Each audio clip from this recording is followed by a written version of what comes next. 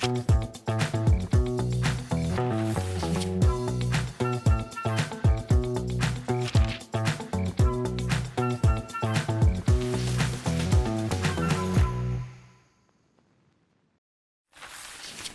Mike, gue Radit, balik lagi di Ngobrol Kripto bareng SKI. Wih, halo bro, selamat lebaran bro. Selamat lebaran juga. Minal aidin wal faizin. Minal aidin wal faizin. Setelah sekian lama Kita akhirnya, tidak podcast, akhirnya kita mulai podcast lagi lagi. bareng SkyMan. Tetap lokasinya sama, kita masih di sebuah istana nih ya, teman-teman semuanya ya. Boleh dong, kasih kalimat-kalimat pitching marketingnya dong tentang XR. Aduh. Bro Michael. Ya buat teman-teman kalau ada yang mau bikin podcast atau acara apapun yang memerlukan studio XR, pakai Samuel XR Studio.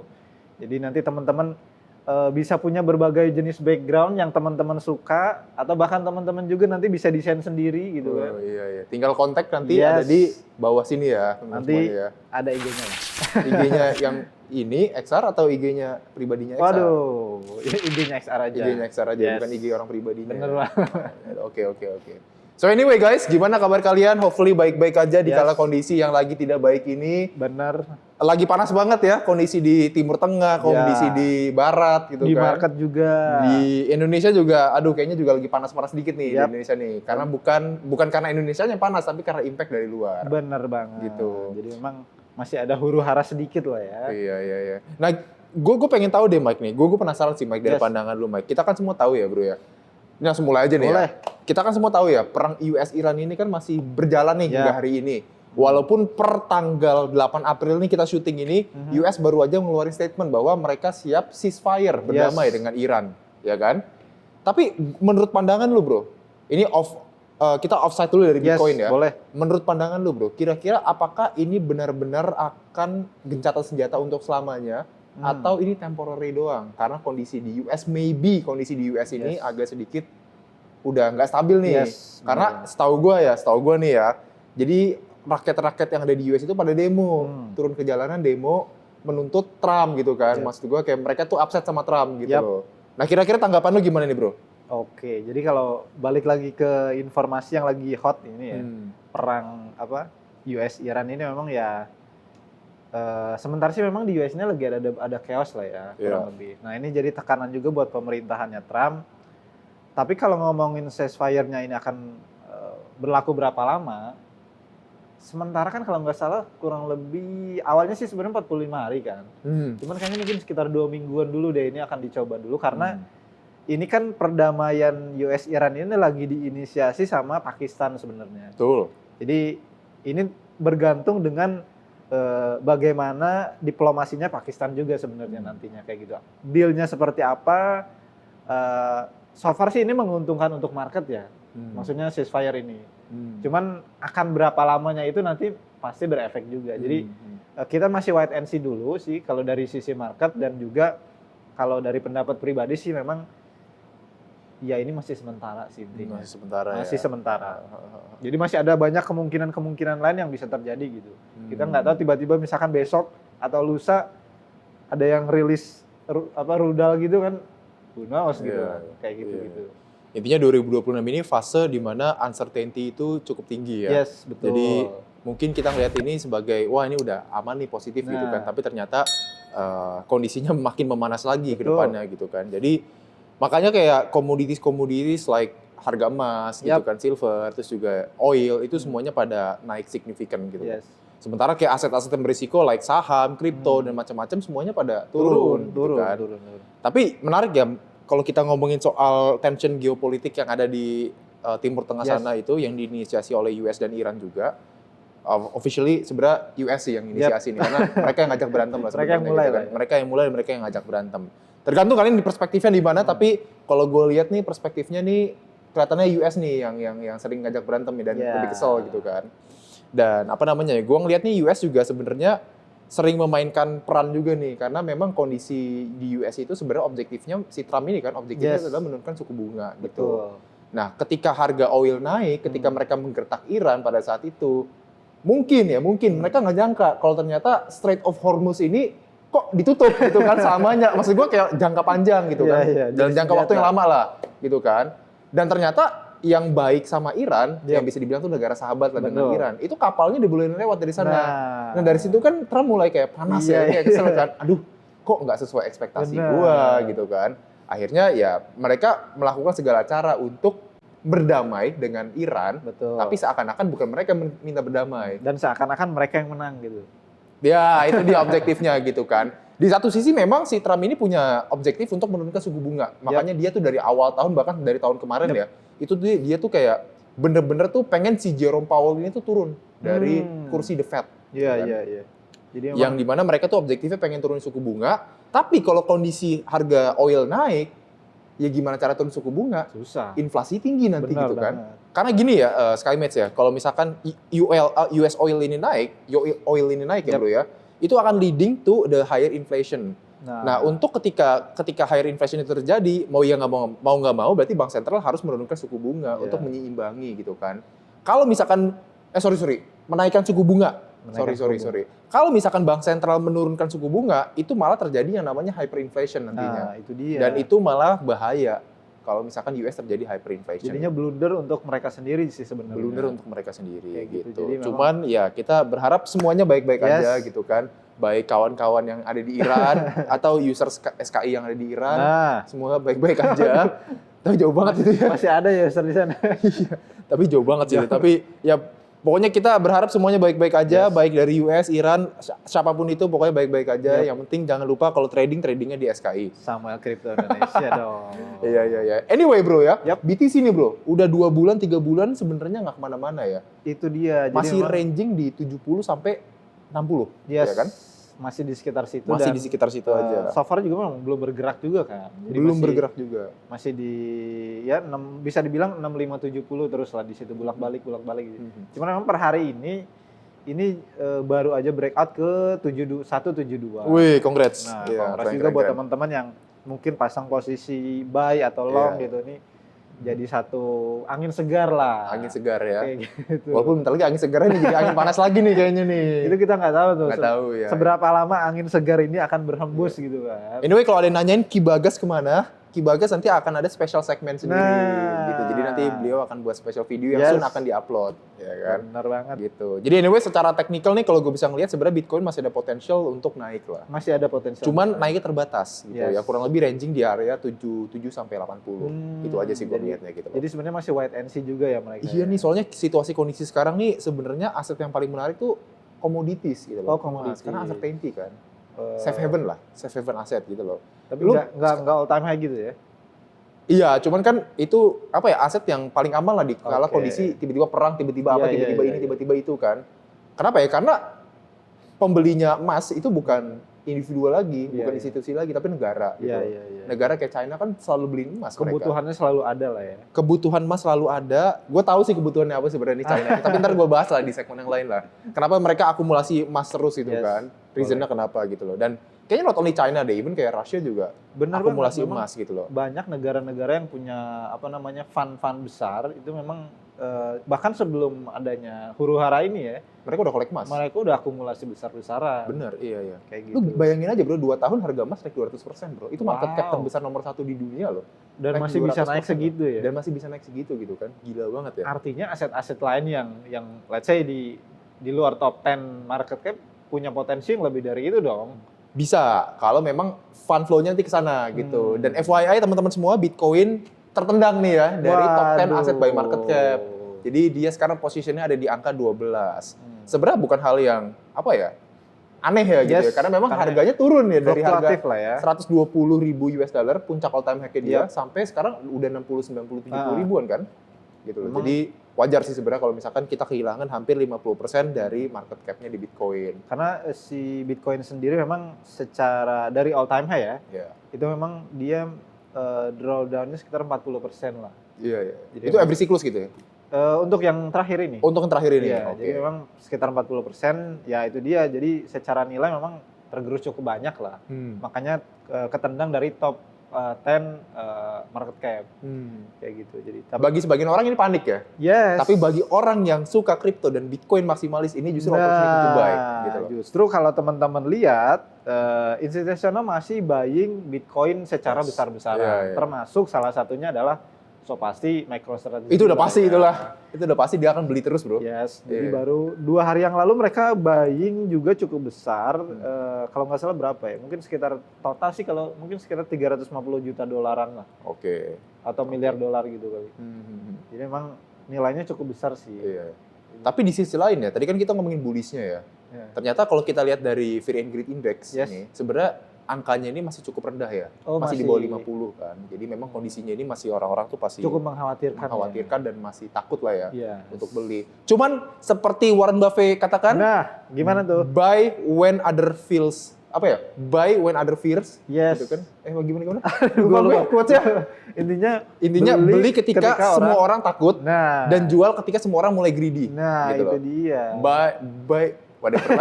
Gue mencoba connecting nih sebenarnya nih. Pokoknya itulah. Udah lama kita nggak podcast kan, jadi Iya, agak sedikit grogi nih teman-teman semua ini. Iya. Ya kan? Anyway ya, jadi sebenarnya kondisi sekarang masih netral. Jadi kalau Benar. bagi teman-teman semuanya yang ingin akumulasi Bitcoin, ya kita sih, ya pastinya kan cicil pelan-pelan, Yes. itu udah pasti gitu, jangan all in gitu kan, cicil pelan-pelan dan sesuai dengan risk management masing-masing gitu. Betul. Cuman ya kalau gue sebagai orang nggak ngerti apa-apa soal kripto, kayaknya gue bakal beli Bitcoin, udah buy and hold aja gitu Yes, kan. bener sih.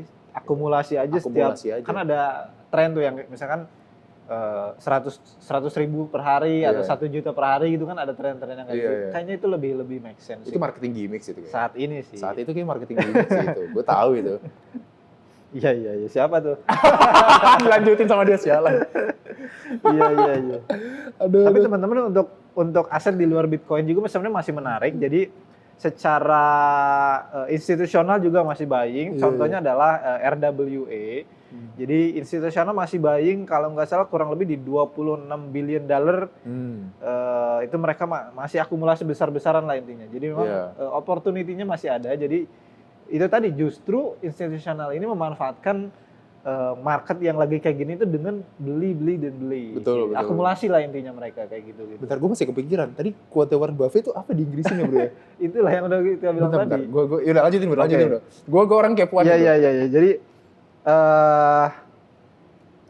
26 billion dollar dan 1, sekian billion dollarnya itu masuk ke XRP. Jadi so far RWA ini masih menarik dan maksudnya dari ETF itu juga inflow-nya masih cukup besar gitu. Jadi memang Yes.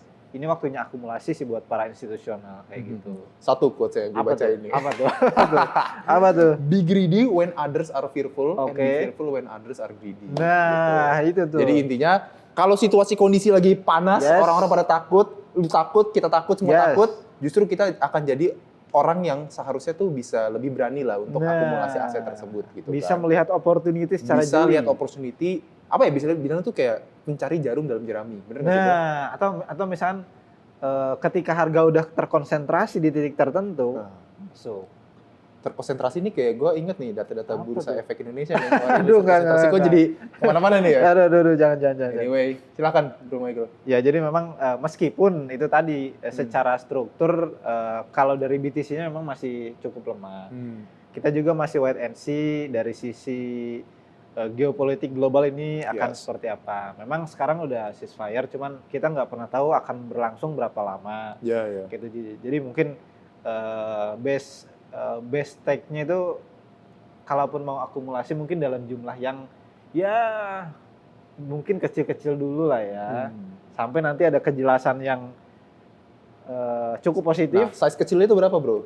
Waduh, ini Karena kan tergantung. size kecil orang beda-beda kan? Jujur, kalau ini tergantung kemampuan teman-teman. Jangan sampai sekarang beli misalnya 1 hari 1 juta, besoknya makan Indomie. Gitu. Loh, emang kenapa makan Indomie? Emang Enggak apa-apa, salah? cuman kalau tiap hari kan Halo Pak. support kita dong. Iya, support kita dong bener. Iya. Kayak gitu. Nggak apa-apa, cuman Ya, maksudnya makanya sesuaikan dengan ini ya kapasitas diri Yes, masing-masing betul. gitu kan. Jangan sampai lu ngeliatin konten cicil Bitcoin dalam 1 juta per hari gitu kan. Aduh. Tapi gaji lu cuman Ya, 1 juta sebulan Sama. bahaya juga. Janganlah. sisanya pinjol gitu Iya. kan. Ya jangan kayak gitu. Tetap money management, risk management itu yang paling penting di saat kondisi yang Yes. uncertainty ini teman-teman Betul semuanya. sekali. Dan lagi-lagi teman-teman semuanya, kenapa tadi kita selalu bilang Bitcoin? Yap. Karena kondisi altcoin ini tuh masih ada beberapa yang menurut gua kurang bagus lah ya. Under pressure juga. Under pressure ya. juga ya. Mungkin kalau gue bisa sebutin nih ya, ini bukan masalah harga, tapi Yap. masalah sistem dan masalah Aha. internalnya gitu Yes. kan. Jadi ada satu, apa ya, bisa dibilang tuh protokol lah Aha. di dalam Solana ecosystem. Oke. Itu dia kena hack bro. Nah kalau misalnya gue bisa sebut namanya itu adalah Drift Protocol. Oh, gitu dia kan. DEX yang itu ya. Yes. Jadi dia Oke. kena 280 juta dolar. Wah, besar Itu gede itu. banget itu kan. Besar itu. Itu billion sampai bahkan triliun rupiah gitu Iya, kan. iya, Jadi memang kondisi di DeFi dan di altcoin yang lainnya ini masih agak sedikit kurang kondusif ya. Yes, betul banget. Jadi kalau misalkan teman-teman semuanya mikir kripto, ya better dimulai dari si Bitcoin dulu aja. Iya, jadi Betul. pilih aset yang bisa dibilang cukup safe dulu aja lah ya. Iya.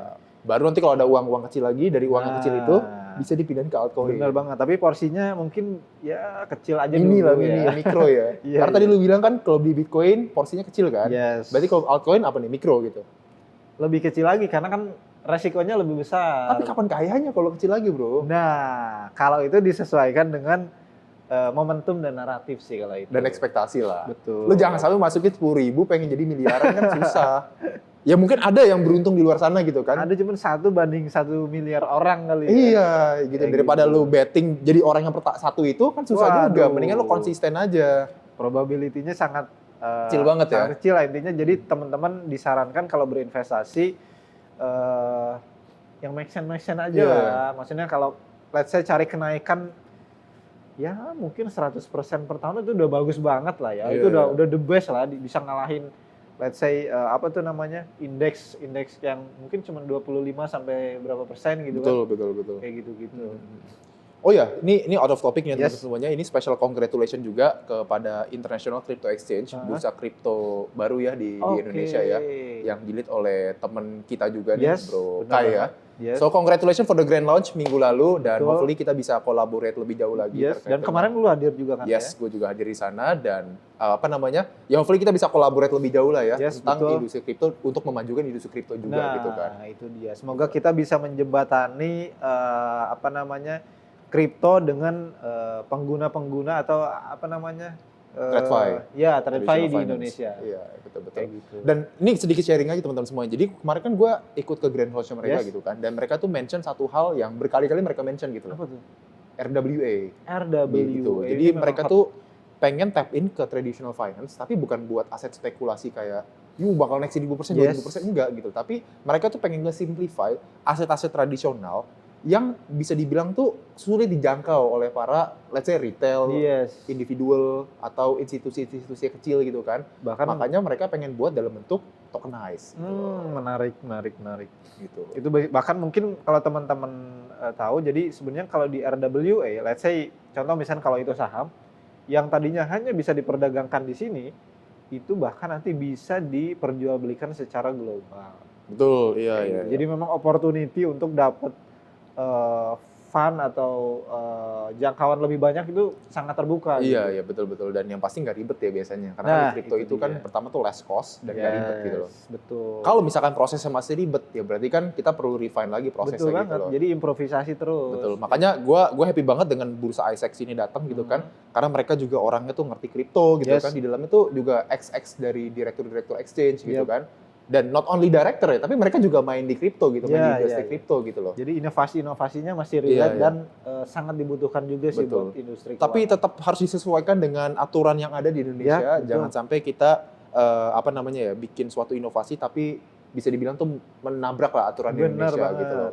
Kalaupun pengen ada sesuatu inovasi, better didiskusikan dulu lah. Makanya ada forum di OJK itu namanya Sandbox. Gitu. Oke, jadi lewat sandbox Lewat dulu. Sandbox juga gitu. Kalau udah di approve dan dilakukan pengujian dan lolos, baru bisa Perdagangkan dilempar ke masyarakat. masyarakat. Oke, Betul. nice. Jadi ini Sangat. dua institusi kita mention di Bener. podcast kali ini, pertama ICEX dan OJK. Nah, Izin, ini masuk izin. pincarkan berarti ya. Anyway bro, silakan lanjutkan. Ya, jadi oke, selain dari itu juga dari sisi stablecoin ini memang lagi cukup hot Jadi stablecoin market cap ini baru aja reach 315 billion dollar. Jadi memang stablecoin ini masih jadi salah satu opportunity yang cukup besar karena bahkan institusional yang ada di Europe, di US ini memang berbondong-bondong untuk masuk ke stablecoin ini. Bahkan Kok bisa kemarin- gitu bro? Kenapa bisa kayak gitu bro? Menurut lo bro? karena kebutuhannya ada dan juga itu tadi jadi menjembatani keuangan tradisional dengan keuangan digital. Jadi ya mereka mau inilah improve lah atau bisa dibilang mereka mau membuka diri untuk masuk ke teknologi yang Atau baru as ini. simple as ketika gue, let's say gue warga Yes. negara-negara lain gitu kan, Boleh. yang ternyata tuh gue nggak boleh beli US dollar gitu. Ah, Ternyata ada stablecoin namanya USDT. Jadi gue beli USDT aja gitu. Ah. Kan sama aja kayak gue beli US dollar kan. yes. Mungkin itu bisa terjadi bro gitu. Ditambah Oh, lagi ya. kan, ditambah lagi kan kita bisa like dapetin sesuatu earn gitu kan Iya dari iya iya stablecoin iya. itu. iya. Kalau lu ke beberapa exchange gitu kan, beberapa exchange nih gitu kan. Itu tuh ada yang namanya fitur yang namanya flexible earn lah. Jadi lu tinggal taruh USDT di sana, dan then lu dapat bunga dari sana Yes. gitu loh. Jadi mata uang mereka lebih terserap lah ya. Iya gitu Kayak juga. gitu. Gitu. Ya, hopefully juga sebenarnya bank sentral kita Indonesia tuh juga lagi buat bro CBDC gitu kan, rupiah digital Yes. gitu. Ya hopefully juga bisa ngebantu banyak lah dari Benar. segi apa namanya ya, perekonomian Indonesia gitu dengan adanya stablecoin rupiah ini. Yes. Gitu. Beberapa memang udah ada ya, udah Beberapa eksis. udah ada ya. Cuman mungkin akan terus ada yang baru, termasuk mungkin nanti dari pemerintah juga Betul. mungkin akan menerbitkan stablecoin sendiri atau seperti apa kita tunggu aja lah kali. Iya iya iya. Gitu. Betul, Karena betul. stablecoin ini jujur sangat menarik karena itu tadi serapannya bisa langsung dan global. Betul, iya iya. Kayak gitu. Dan memang kondisi kayak gini tuh ya aset yang lagi dicari tuh aset-aset yang lagi stabil ya. Yes. Instead lu hold cash oke gitu kan. Tapi Ya. holdnya cash apa nih gitu kan? Cash Nah, udah banyak itu kan, ada dia. rupiah, Singapura dolar, USD, Itu euro gitu kan, macam-macam gitu loh. Jadi investor tuh pada nyari mana aset yang bagus untuk dalam tanda kutip tuh gue stay cash gitu Ya. kan. Dan tetap dapat untung walaupun Rate- kecil. Yes, rate-nya Rate-nya yang bagus, bagus. untungnya masih ada, terus juga liquid. Betul, Itu betul, dia. betul. Tapi kalau lu sebagai warga negara Indonesia yang baik, saran gua adalah rupiah. Rupiah. Kita harus patriot guys. Beli Patriotisme. rupiah, beli stablecoin atau beli rupiah sebanyak mungkin. Betul. Kayak gitu. Beli enggak earn dong, Sorry, earn. Artinya lu hold Iya, dengan iya, rupiah iya. gitu. Jangan sampai lu convert ke USD, Singapura Nah. dolar atau apa. Bukan enggak boleh, cuman alangkah baiknya porsinya lebih banyak rupiah Yes, gitu kan. Secara nggak langsung betul. kita mendukung negara juga nih Betul. agar tidak terjadi yang namanya capital outflow. Yes. Kita support dalam negeri. Iya, support produk dalam negeri. Support produk-produk Indonesia. Yes. Contohnya kayak sambal kripto Indonesia. Nah, terus juga dari sisi regulatori memang ini kan lagi ada apa namanya Clarity Act. Wah, itu Nah, ini tuh. kan sebenarnya masih jadi informasi yang hot juga. Walaupun sebenarnya mungkin bisa dibilang si Clarity Act ini udah di tes lah. Cuman maksudnya belum maksimal. Kayak gitu. Jadi akan ada regulation tambahan yang diperlukan untuk mendukung grow-nya industri kripto ini. I see, Kayak I see. gitu. Jadi ya termasuk mungkin dari dalam negeri sendiri kali ya. Dari Indonesia juga secara peraturan juga semakin membaik dan semoga juga ke depannya peraturan-peraturan yang ada di Indonesia mengedepankan prinsip-prinsip yang win-win solution lah untuk berbagai pihak, termasuk kita yang ada di dalamnya, di industrinya kayak Betul. gitu. Iya, iya. Kayak gitu. Banyak banget sebenarnya berita yang kita pengen bahas ya, Bro ya. Iya, Bro. Iya, cuman memang kayaknya 30-40 menit nggak cukup nih, Bro ya. itu dia, Iya, kita iya. nggak bisa apa namanya Nggak usah ngebahas satu panjang ini. persatu karena jujur aja satu news aja itu bisa banyak banget yang Bisa, kita bercabang bedah. kemana-mana Itu gitu kan. dia. Sebenarnya ya udah, tapi kita keep it simple aja sih Yes. gitu kan. Dan selanjutnya ya teman-teman semuanya, Oke. ini juga ada pembicaraan lah, diskusi lah untuk quantum computing, Wah, quantum computing gitu kan. Yes, ini Kan sangat kalau ramai. kita aware lah, kalau kita tahu ya bahwa dari tahun lalu atau bahkan beberapa tahun lalu itu banyak yang bilang tuh quantum computing ini akan menghancurkan kripto, gitu kan. Dan makanya kayak Bitcoin, Ethereum, Solana pada Yes. saat berita itu keluar langsung turun gitu kan. Tapi ternyata ada beberapa pembicaraan yang cukup positif nih terhadap dengan quantum computing Yes. dan apa namanya dari beberapa komunitas di Bitcoin gitu loh.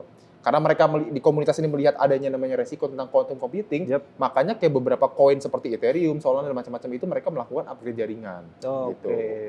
Dan mereka bisa safely confidence to say bahwa mereka tuh bisa kebal terhadap quantum computing. Oke, jadi kalau terjadi sesuatu, let's say dikarenakan oleh komputer kuantum ini, mereka bisa tahan dari serangan-serangan itu. Tapi ya balik lagi, kalau quantum computing ini sebenarnya ancaman bagi dunia keuangan, sebenarnya yang pertama kali hancur itu adalah perbankan dulu gitu. Yes, tapi memang gue ngeliat ada satu challenge sebenarnya di quantum computing ini. Apa tuh? Bukan challenge, tapi lebih ke tepatnya kayak industri quantum computing ini sebenarnya masih itu aja orangnya atau company-nya gitu. Karena nggak banyak orang yang bisa develop quantum computing, contohnya misalnya kayak Google, IBM, jadi hanya segelintir orang yang bisa develop quantum computing. Jadi memang ketika itu terjadi, ya kita menyorot ya ke institusional atau orang-orang tersebut kayak gitu. Nah, satu lagi, pengembangan quantum computing ini jujur sangat-sangat rahasia. Jadi kita tuh sebenarnya yang di publik tuh nggak pernah tahu development-nya sudah sebatas mana, sudah mencapai milestone seperti apa gitu. Ini juga jadi challenge. Walaupun kita tahu nih, quantum computing sekarang udah bisa ini, udah bisa jebol ini, udah bisa. Cuman sebenarnya bahkan kayaknya udah lebih dari itu, bro. Menurut gue. Iya, gue sepakat sih. Bahkan yang tadi lu sebutin Google, IBM itu mungkin nggak hanya itu aja gitu kan. Iya, mungkin kan institusi-institusi di China tuh udah develop ini bahkan jauh sebelum mereka lakukan gitu kan. Benar, pasti. Kita nggak tahu lah, karena di China itu super maju banget teknologi, bro. Pasti. Kayak lu lihat aja kayak ada mobil listrik, bahkan kayak lu lagi di restoran aja yang serving lu tuh adalah robot gitu kan. Itu gila banget, bro. Maksud gue kayak China tuh udah living on the 2050-2100 lah. Negara-negara besar kayak China mungkin, terus juga UK, atau misal Korut gue nggak tahu ya. Kayak Jepang, US lo udah pasti lah dia. Terus kayak di daerah Europe mungkin kayak Belanda juga, karena kan dia punya SML juga gitu kan. Mungkin kalau dari Asia, ya Palestina yang sekarang ada Israelnya, mungkin itu mereka lagi develop juga kan pasti. Kayak gitu. Jadi memang negara-negara yang punya kemampuan teknologi yang cukup maju pasti lagi develop ini juga kayak gitu. Kayak gitu sih. Semuanya maju lah ya. Yes, benar banget. Karena ada opportunity yang mereka lihat bisa dijebol nih. Contoh misalkan walletnya Satoshi gitu kan. Kalau bisa kejebol, let's say bisa dapat 1 juta Bitcoin. Itu konspirasi tuh. Misalkan. Konspirasi lagi tuh. Misalkan ya. Itu fakta yang masih belum bisa dibuktikan. Iya. Anyway, lu ada ini nggak bro, pitching beberapa naratif yang bagus nggak nih buat the next crypto investor nih kalau misalnya pengen beli koin? Tentu bro, jadi memang kemarin mungkin kalau buat teman-teman yang ngikutin sosial medianya Samuel Crypto, kita udah bocorin beberapa koin dan naratif yang lagi hot. Nah, salah satunya adalah artificial intelligence. AI lagi ya. AI lagi. Jadi udah 3 tahun tuh AI itu muncul tuh naratifnya. AI terus. Jadi kemarin ada bilang, ini lagi peak nih AI. Ternyata ini belum apa-apa, masih ada lanjutannya kayak gitu-gitu. Jadi kalau dari sisi Web3 sendiri kemarin tahu itu dia secara teknologi dia bikin upgrade lah. Nah, ini tuh ternyata berdampak ke token-token lain yang di industri yang sama, maksudnya di AI. Ada render, ada misalkan apa lagi tuh. Ada banyak lah intinya di koin-koin yang di industri ya. Jadi ini juga jadi opportunity sebenarnya kalau teman-teman mantengin sosial medianya Samuel Crypto Indonesia. Kayak gitu-gitu. Jadi naratif intinya adalah masih fokus ke AI. Masih di AI. Kalau kalian pengen switching dari Bitcoin gitu ya. Benar banget. Tapi ya porsi Bitcoin harus lebih banyak dibandingkan porsi altcoin gitu. Jangan sampai lu masukinnya AI, maksudnya apa? Render gitu kan. Kayak gitu. Better Bitcoin dulu, porsinya paling besar baru ke yang lainnya gitu. Ada FED atau AGI gitu kan. Jadi memang selalu ada opportunity yang bisa teman-teman lihat, tapi following Samuel Crypto Indonesia. Siap. Kayak gitu. Anyway, ini out of topic lagi nih sebenarnya gitu kan. Lu mantau nggak bro tentang ini, bisa dibilang lah apa ya sih, bisa dibilang tuh kayak prediction market. Oke. Jadi kemarin ada banyak. Iya, maksud gue tuh jadi ada satu, nggak tahu ini rumor atau fakta atau gimana, tapi gue sempat baca lah ya bahwa ketika Donald Trump membuat aturan, membuat tweet, membuat obrolan lah ya, itu ternyata di prediction market tuh udah ada beberapa akun, 1 atau 2 akun tuh yang melakukan milih lah ke apakah Donald Trump akan kayak gini, apakah si Trump nggak akan melakukan ini gitu. Oh, jadi seolah-olah kayak insider gitu dong. Iya, gue itu yang gue pengen ngomong sama teman bahasanya lebih halus aja Oke. kebiasaan, gitu. Cuman ya, dan winning rate-nya dia tuh cukup konsisten, banyak gitu loh. Jadi ketika mereka mencet, oh gue prediksi ini nih, ternyata besoknya Trump ngomong ini gitu kan. Atau gue prediksi ini nih, ternyata besok Trumpnya ngomong itu gitu loh. Jadi diduga itu adalah keluarga related to Trump.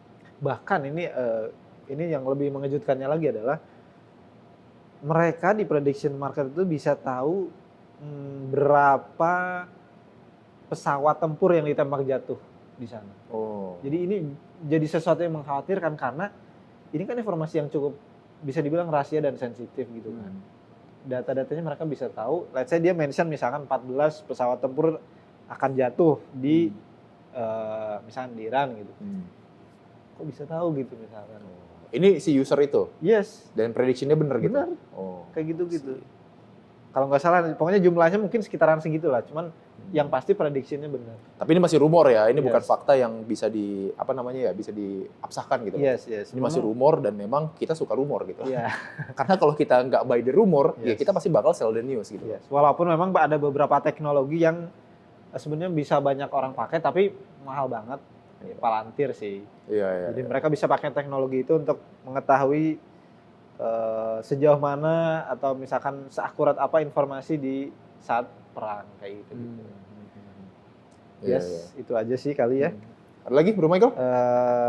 Cukup kali ya. Cukup kali ya. Waduh, singkat banget. Ini kayaknya baru berapa menit nih?